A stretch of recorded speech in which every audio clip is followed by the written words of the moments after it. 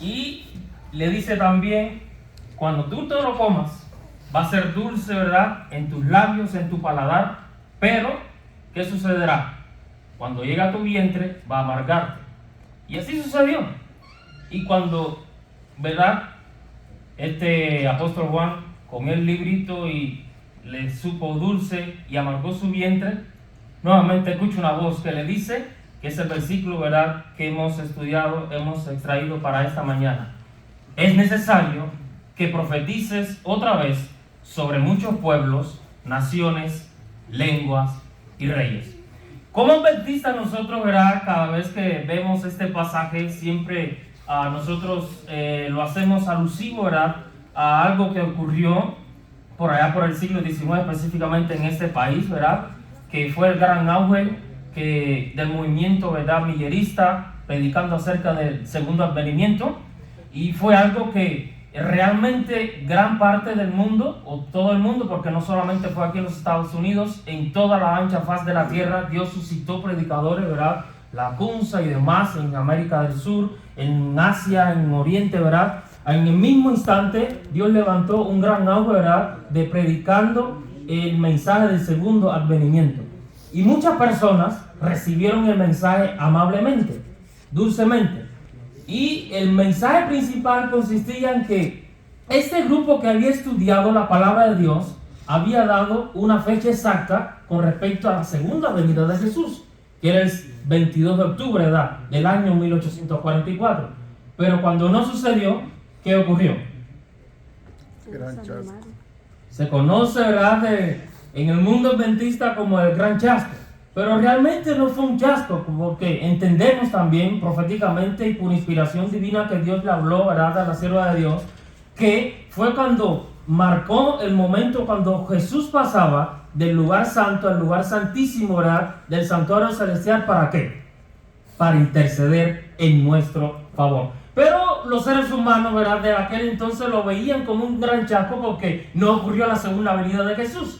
Y ahí entendemos lo que dice el pasaje cuando dice Juan que amargó su vientre. O sea, muchas personas apostataron de la fe, otro grupo de personas formaron otros grupos, ¿verdad?, disidentes. O sea, hubo una disesión, pero siempre hubo un pueblo que se mantuvo fiel. Siempre hubo un pueblo que estuvo presente. Siempre hubo un pueblo que, a pesar de ese error cometido, siempre siguió hablando a otras personas acerca del mensaje, acerca de Jesús. Y por eso nosotros en esta mañana también se nos dice lo mismo. Es necesario que profetices nuevamente sobre las mismas personas. Es necesario que profetices nuevamente en el mismo lugar. Es necesario que vuelvas a decir y a repetir las mismas palabras mías en esta generación. Dios lo dice. No lo dice un pastor, no lo dice la iglesia adventista, lo dice el propio Dios. Es necesario que vuelvas a hacer lo mismo que has estado haciendo durante tanto tiempo. Es necesario que vuelvas a predicar lo mismo que has predicado todos los años que has estado en la iglesia. Es necesario que vuelvas a esa persona que has dejado de visitar y decirle: Cristo te ama. Es necesario que sigas orando, que sigas interlocutando con las personas de esta sociedad, porque todavía hay un pueblo que perece en las tinieblas de este mundo. Y por eso también, en esta mañana, vamos a hablar acerca específicamente de esa gran comisión. Esa gran comisión, ¿verdad?, que Dios nos dejó a cada uno de nosotros previo antes de su ascensión a los cielos. Una comisión que todos no sabemos de memoria. Mateo 28. Si tienen sus Biblias allí, quisiera leerlo, por favor. Mateo 28.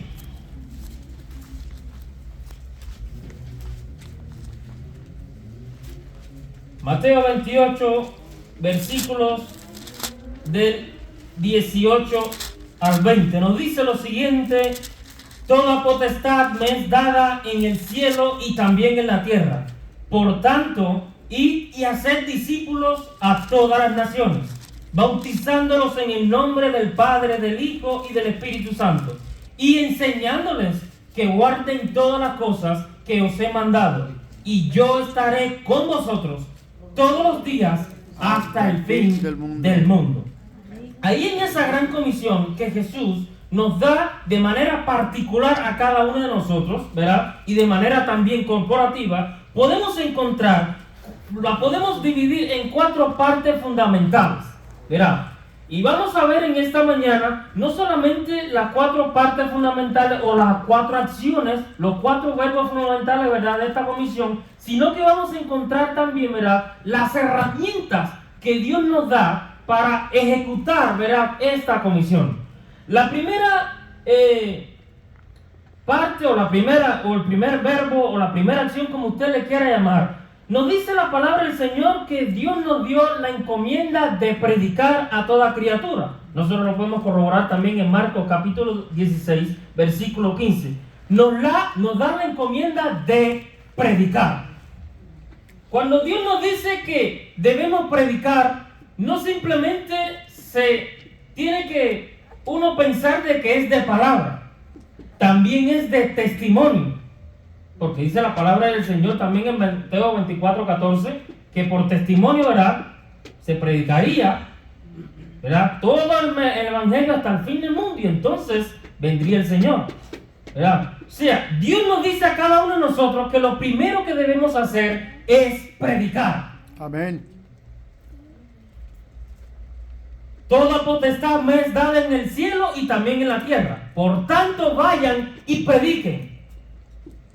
Por tanto, vayan y testifiquen de mí. Por tanto, vayan y digan lo que yo les digo. Compartan lo que saben de mí. Compartan cómo se sienten al yo estar con ustedes. Amén. Porque en eso se basa, ¿verdad?, el pueblo de Dios.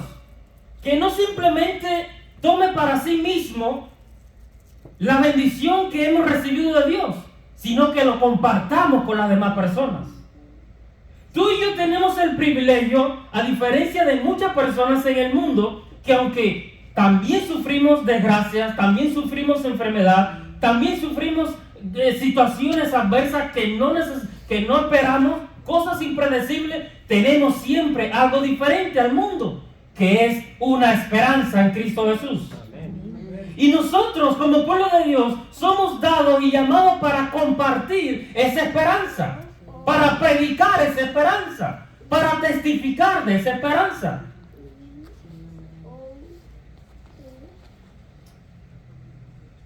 ¿Cuál es el segundo verbo que nos dice Jesús también en esta comisión? No solamente prediquen, sino que también hagan discípulos. Cuando predicamos realmente la palabra de Dios, cuando testificamos realmente a Jesús por nuestra vida, a través de nuestra vida, entonces vamos a ver las iglesias más nutridas de discípulos de Jesús. No de personas que nos siguen a nosotros, sino que siguen a Cristo Jesús. Amén. Porque lo ve en nosotros. Y Jesús nos dijo: ustedes son mis discípulos si hacen lo que yo les digo. Y a veces a nosotros se nos es imposible predicar, se nos es imposible testificar del amor de Jesús, porque no nos consideramos tampoco discípulos de Jesús. Y si yo no me considero y no me veo como discípulo de Jesús, ¿cómo voy a ayudar a discipular a otra persona? Pero Pablo entendía también esto, que él se atrevió a decir: sean imitadores de mí como yo lo soy de Cristo. Amén. Porque él se consideraba un discípulo de Jesús.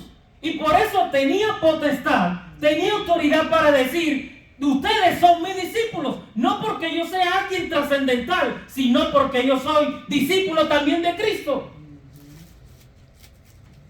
Y el pueblo, la muchedumbre, el remanente que Dios se va a llevar al cielo, es un remanente que es discípulo completamente.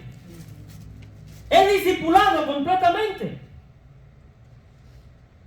No son simplemente de personas que simplemente aceptaron a Jesús y nada más, sino que son personas que son discípulos. Por eso Dios nos manda a discipular, el tercer verbo que nos dice la comisión también, que Jesús nos dice que debemos bautizar. Y esto es en la actualidad es algo un poco como espinoso. Porque a diferencia de un tiempo del pasado, ¿verdad? Hoy en día hay muchas personas que el bautismo lo toman como una cosa normal, como un baño, como para refrescarme. Pero el bautismo es algo serio, es algo trascendental, es algo significativo. Hay tristemente hermanos que están en la iglesia que se han bautizado 3 y 4 veces.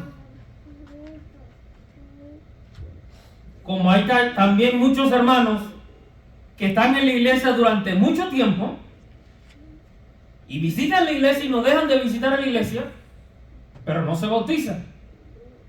Y entre otras cosas no se bautizan porque conocen de esos hermanos, como decía, que se han bautizado muchas veces. Entonces dice, no tienen respeto por las cosas de Dios, ¿para qué me voy a bautizar? Yo estoy bien así. Pero la palabra del Señor nos dice que no somos simplemente dados para predicar, para discipular, sino también para bautizar. Y a veces estos pequeños errores que ocurren en la iglesia, donde muchos hermanos se bautizan repetidas veces y donde muchos hermanos llevan tiempo en la iglesia y no se bautizan, es porque no se comprende el asunto de lo que es el bautizo. No se digiere qué significa el bautizo. Y también, en muchos sentidos, también porque muchas veces en las iglesias se bautiza para los hombres, pero no para Dios. Se bautiza simplemente para hacer números, pero no para candidatos al reino celestial.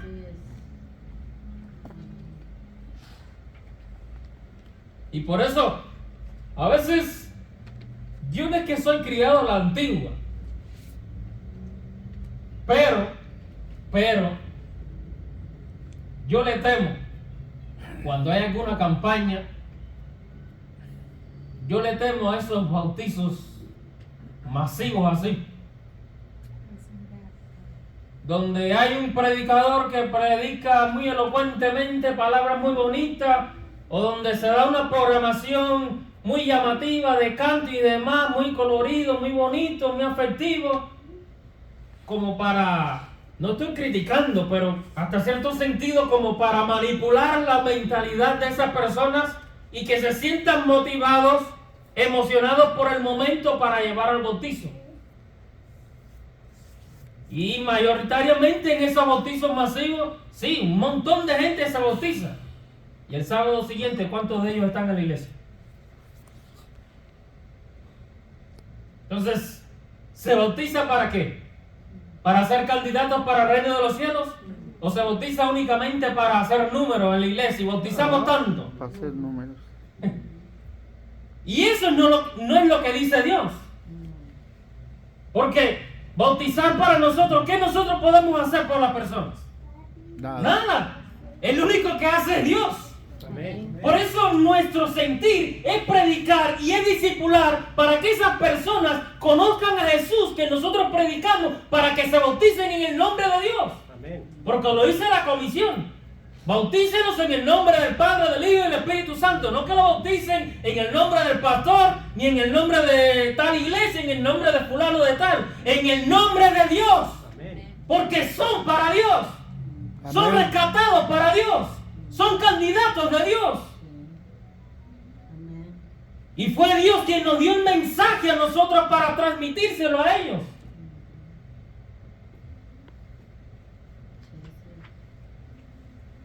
El otro verbo, y es un gran error que a veces repetidamente ocurre en las iglesias: enséñeles cómo serles fiel a Dios.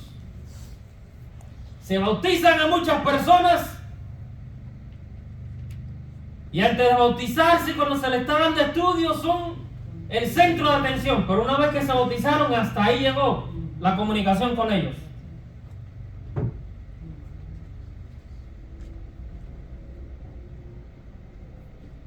Y producto de eso hay muchos hermanos que se alejan de los caminos de Dios. Ahora, como les decía al principio, Jesús no simplemente nos dio, ¿verdad?, ciertas acciones para ejecutar, ¿verdad?, su comisión. Dios es tan estructurado y tan administrativo que nos dio también las herramientas necesarias para cumplir con esa tarea que tú y yo tenemos en esta tierra. Y vamos a ver cuáles son esas herramientas. Bueno, ahí también en esa comisión lo encontramos. Mateo 28, 18 y Lucas 10, 19. Primera herramienta, Dios dice que nos dio autoridad. Cuando tú vayas a predicar el nombre de Dios en este mundo, tú lo haces no porque tienes conocimiento, aunque eso es importante también. Tú lo haces no porque hayas leído la Biblia tantas veces. Tú lo haces no porque tengas facilidad de palabras. Tú lo haces porque tú vas representando al Dios del cielo. Amén. Y tú vas en la autoridad de Dios. Amén. Y como tú vas con la autoridad de Dios, tú vas a representar un mensaje divino, un mensaje autoritario, un mensaje que tiene poder. Un mensaje que va a ser introducido en el alma de esa persona y va a sacar de esa persona toda la ignominia, todo el mal sentimiento, todo el resentimiento, toda esa vida que lo han mantenido alejado de Dios. Para que esa persona conozca que puede ser una nueva criatura en Cristo Jesús. Amén. Toda potestad me es dada en el cielo y en la tierra. Y dice Lucas 10, 19, he aquí os doy potestad de hollar serpientes y escorpiones y sobre toda fuerza del enemigo y nada os dañará. Amén. Dios tiene tanta confianza en nosotros que comparte su autoridad con cada uno de nosotros. Amén. Pero no entendemos a veces eso, que a veces creemos que no tenemos autoridad para hablar a las personas, para testificar a las personas, para llevar a cabo la comisión de Dios. Pero el mismo Dios está diciendo, yo confío en ti y comparto mi autoridad contigo y tú lo puedes hacer. ¿Por qué te retienes a hacerlo? ¿Por qué te miras como una cosa inservible? ¿Por qué crees que no puedes cumplir la tarea que yo te estoy encomendando si yo te estoy compartiendo mi autoridad?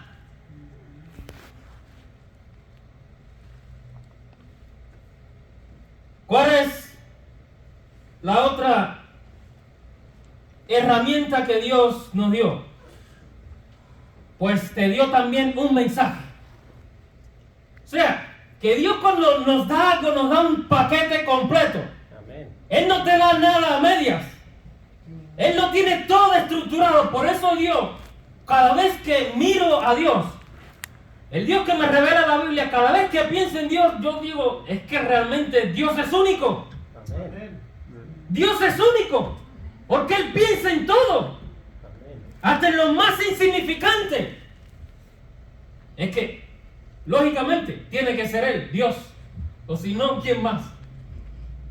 Tiene que ser Dios. Por eso es y siempre seguirá siendo Dios. Amén. Porque es perfecto en todas sus cosas.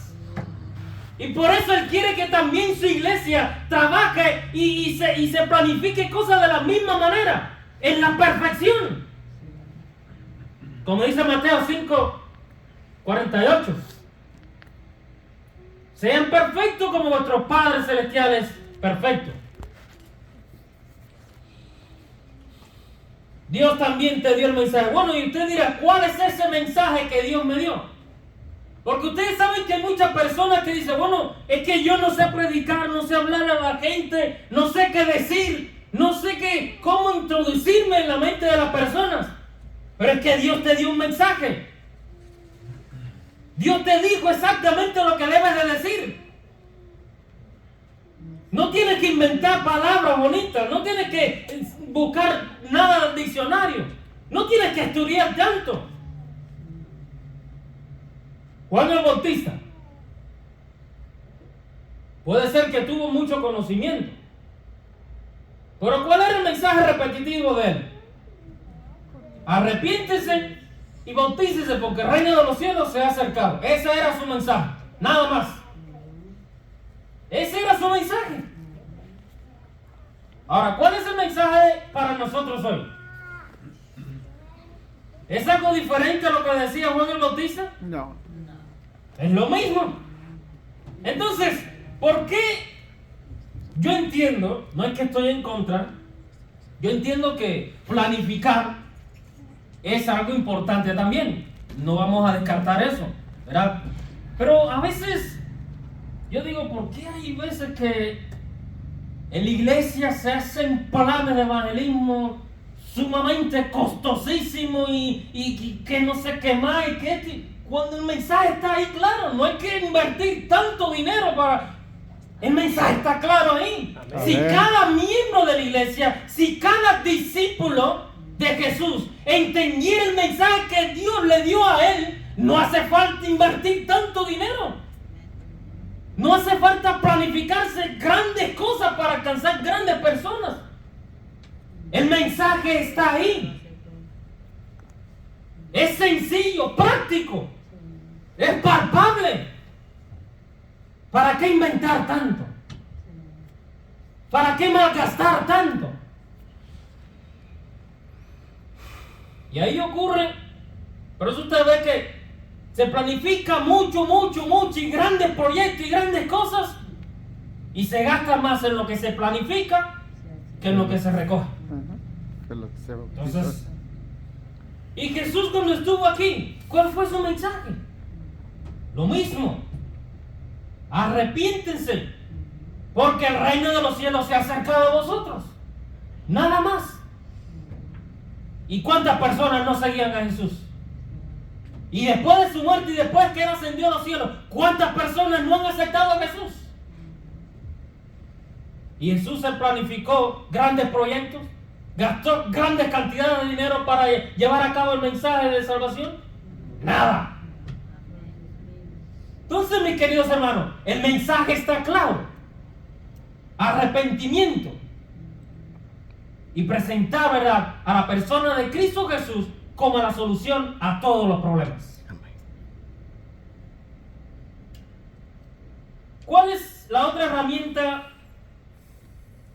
fundamental también que nos dio Dios para cumplir con su comisión en esta tierra? Pues también Dios nos dio la unción del Espíritu Santo. Amén. Cuando usted va a predicar un mensaje de Dios, usted no solamente va representando a Dios, usted también va ungido por el Espíritu Santo. Amén. No con ejército ni con fuerza, sino con mi Santo Espíritu, ha dicho Jehová de los ejércitos. Amén. Así es. Si el Espíritu Santo, por muy preparado que usted esté, por muy elocuente que usted hable, por mucho conocimiento que usted tenga, si usted no pide la unción del Espíritu Santo, nada va a lograr. Si la iglesia no está preparada y ungida por el Espíritu Santo, si la iglesia no pide una doble porción del Espíritu Santo, nada va a lograr. Todo lo que planifique, todo lo que se proyecte, nunca se va a llevar a cabo. Porque no está el ingrediente principal, que es el Espíritu Santo. Amén. Grandes cosas alcanzaría la iglesia de hoy en día si en vez de proyectarse tanto, buscara una doble porción del Espíritu Santo. Amén. El mundo hoy en día pudiera estar trastornado por el mensaje de Dios si el pueblo de Dios, en vez de proyectarse tantas cosas, en vez de tener su mente enclaustrada en otras cosas, buscar una doble porción del Espíritu Santo. ¿Recuerdan? La iglesia naciente, allá cuando Jesús ascendió a los cielos, ¿por qué los discípulos trastornaron no solamente Jerusalén, sino todo el contorno de toda esa tierra, porque pidieron la unción del Espíritu Santo. Mientras todo el mundo estaba embaucado en sus negocios, absorto en sus preocupaciones, en sus proyectos, ellos estaban reunidos allí en el aposento alto pidiendo la unción del Espíritu Santo. Y trastornaron todo un país. Y hasta nosotros llegó hoy el mensaje que ellos predicaron. ¿Y todo por qué? Porque predicaron ungidos por el Espíritu Santo. Amén. Porque creyeron la palabra de Dios. Cuando dice, ¿verdad? Allí, en Hechos 1:8, pero recibiréis poder cuando haya venido sobre vosotros el Espíritu Santo, y entonces me van a ser testigos en Jerusalén, en Judea, en Samaria y hasta en lo último de la tierra. Ahora, ¿cree usted que la iglesia de hoy no puede hacer lo mismo? ¿Puede hacer lo mismo? Pues claro que sí. Pero lo dice la palabra del Señor. Cuando recibamos el poder del Espíritu Santo de Dios. Amén. ¿No ha visto usted cómo a veces uno se planifica algo en la iglesia durante tanto tiempo, durante tantos años, y nunca se logra nada? Entonces, es necesario que nosotros revisemos bien la manera en que estamos proyectando llevar a cabo el mensaje de Dios. La manera en que estamos estructurando o asimilando, ¿verdad?, esa comisión y esa tarea que Dios ha puesto en nuestras manos. En vez de adulterar esa comisión de Dios con métodos humanos, tengamos el privilegio de adulterar esa comisión de Dios con los métodos divinos, que son los que verdaderamente traen resultados. Amén. Y ese método divino es el Espíritu Santo, mi querido hermano. Amén.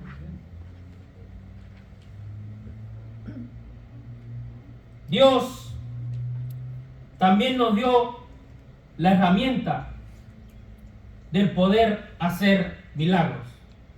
Marcos capítulo 16, versículos 17 y 18 nos dice: y estas señales seguirán a los que creen.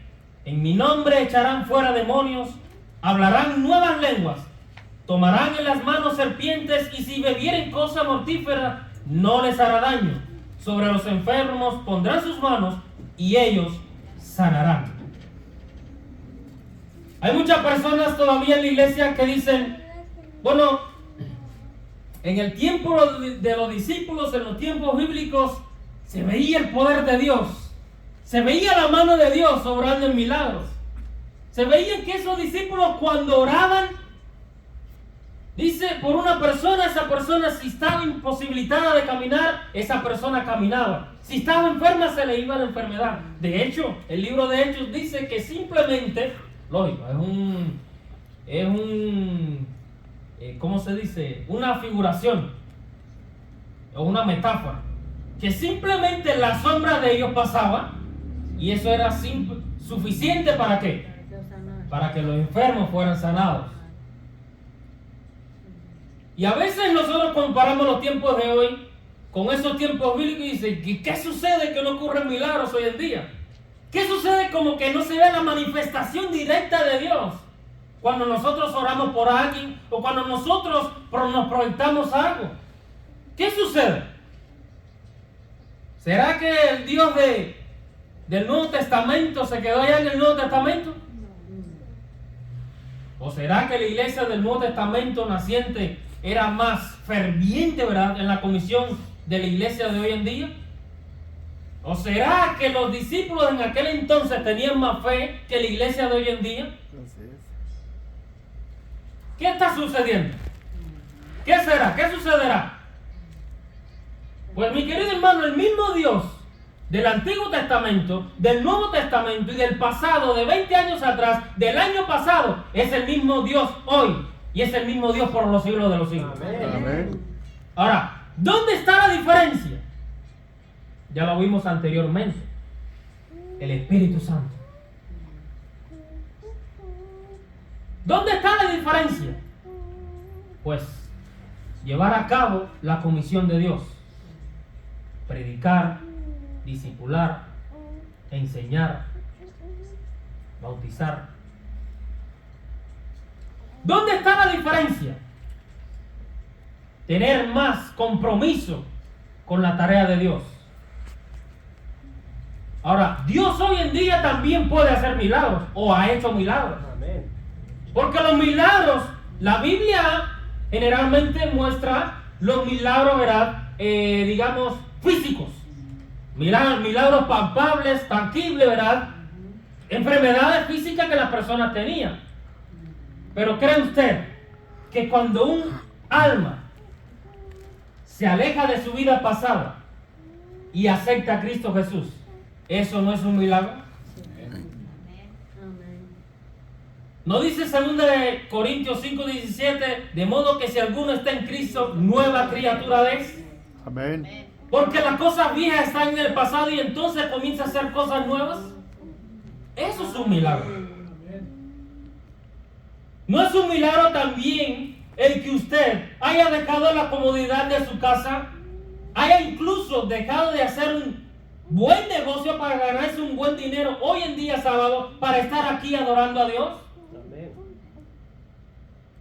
¿No es un milagro también el que usted pueda tener el privilegio de tal vez venir con su esposa o con el resto de su familia a venir a adorar a Dios? Amén. ¿No es un milagro también el que usted también tenga el privilegio de cuando se levante en la mañana, juntamente con usted se levante también el resto de su familia y tenga el privilegio de hacer una oración de agradecimiento a Dios? Porque los milagros de Dios no se resumen en cosas físicas y en cosas tangibles. Los milagros de Dios van mucho más allá. Amén. Los milagros de Dios también tienen que ver con los sentimientos interiores que tenemos. Los milagros de Dios también tienen que ver con nuestro sistema de ánimo. Ahí también van los milagros de Dios. Porque los milagros de Dios no simplemente se resumen en las cosas de afuera, también en lo de adentro. Por eso es que dice Hebreos 4:12, si mal no recuerdo, que la palabra de Dios es viva y eficaz, y dice que penetra, ¿verdad?, en lo profundo y discierne los pensamientos y las malas intenciones del corazón. Porque cuando Dios hace un milagro en la persona, hace un milagro de adentro hacia afuera. Amén. Allí desde lo más profundo de tu corazón, donde tú no se puedes llegar, donde tú todavía no conoces qué hay, desde esa profundidad Dios comienza a hacer el milagro. Amén. Y entonces ocurre, ¿verdad?, lo que dice la palabra de Dios en Mateo 4, versículo 16. Nos dice la palabra de Dios, Mateo 5, 16. Así alumbre vuestra luz delante de los hombres, para que vean vuestras buenas obras y glorifiquen a vuestro Padre que está en los cielos. Amén. Ocurre eso. ¿Por qué? Porque ocurre el milagro de Dios desde el interior de nuestra vida hacia nuestro exterior. Y cuando las personas en el mundo vean la manera de comportarnos, la manera de hablar, la manera de dirigirnos, nuestro estilo de vida es diferente, entonces glorifican y le dan gloria a Dios, porque entienden de que existe un Dios por el milagro que ven en nosotros. Ahora,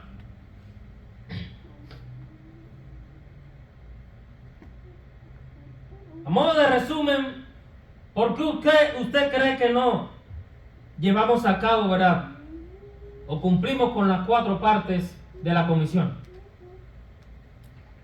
Bueno, como decíamos al principio, pues no predicamos como debemos predicar, no discipulamos, no bautizamos y no enseñamos.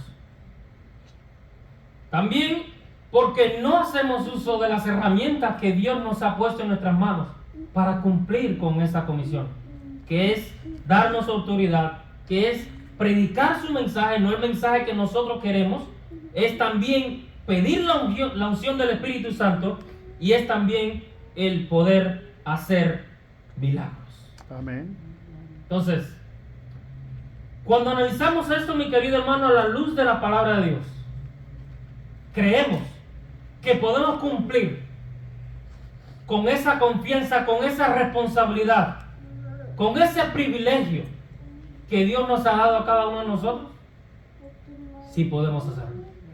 No hay excusa delante de Dios para que ninguna persona que haya aceptado a Dios y que se considere discípulo de Jesús diga, no pude cumplir con lo que tú me diste, porque Él te dio herramientas.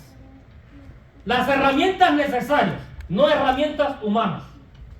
Herramientas necesarias para cumplir con lo que Dios nos ha dicho que debemos hacer. Amén. Por eso es que la parábola de los talentos,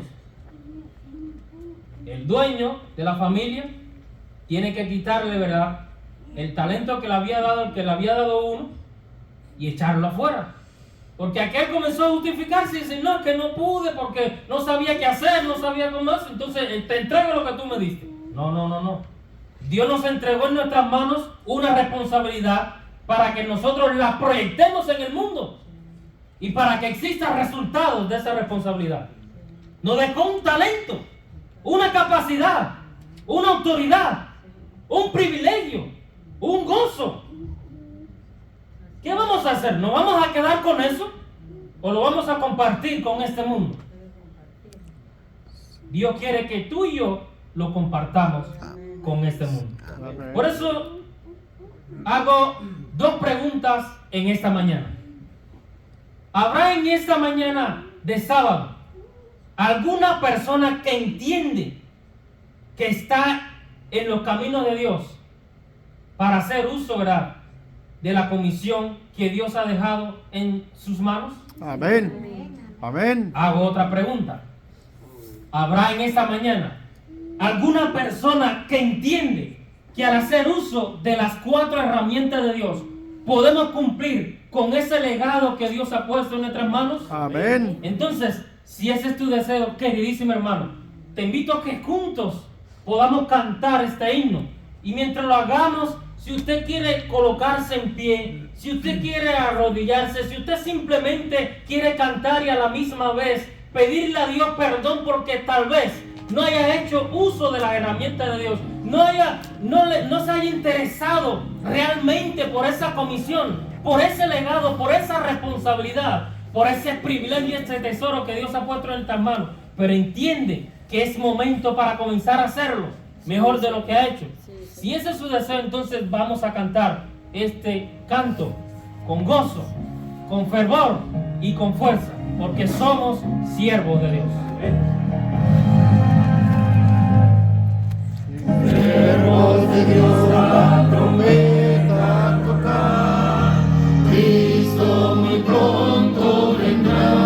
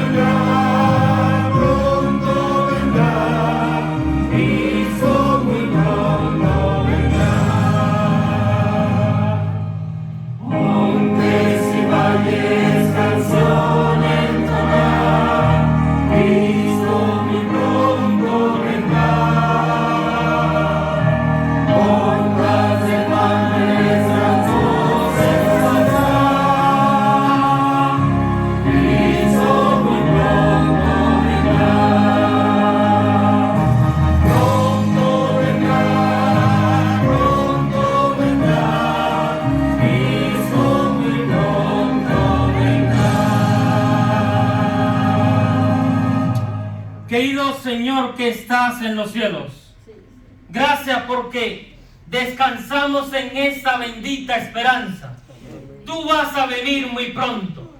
Pero antes de llegar, Señor, tú nos has enviado a cada uno de nosotros como embajadores de tu palabra, como aquellos que proclamamos tu mensaje para preparar, Señor, un pueblo dispuesto para recibirte en las nubes celestiales. Como aquellos que entendemos que nos miramos no únicamente como miembros de iglesia, sino como discípulos que somos llamados a accionar en el nombre de Cristo en favor de este mundo. Como personas que entienden que tenemos un legado, tenemos una autoridad. Venimos en el nombre de Dios proclamando tu mensaje con poder, con el poder del Espíritu Santo, para que exista transformación en esos corazones rotos, en esas familias divididas, en esas personas atribuladas por el vicio, en esas personas que no saben qué decisión tomar. Por eso, Señor, entendemos que tenemos una responsabilidad como tu pueblo. Por eso entendemos que estamos aquí con un propósito. Y por eso queremos en esta hora, a partir de hoy, Señor, cuando salgamos en la tarde a predicar tu mensaje, entonando, Señor, valor y demostrando, Señor, firmeza, podamos hacerlo haciendo el uso de esas herramientas divinas que tú nos has delegado en tu palabra para llevar a cabo tu comisión, que se basa en discipular, en predicar, en enseñar y también en bautizar. Lo rogamos y lo pedimos todo, Señor, en los méritos de Jesús. Amén. Amén. Que Dios te bendiga, mi queridísimo hermano, y siempre tengamos presente que estamos en este mundo, ¿verdad?, con una tarea, con una esperanza y también con una responsabilidad. Bendiciones. Amén.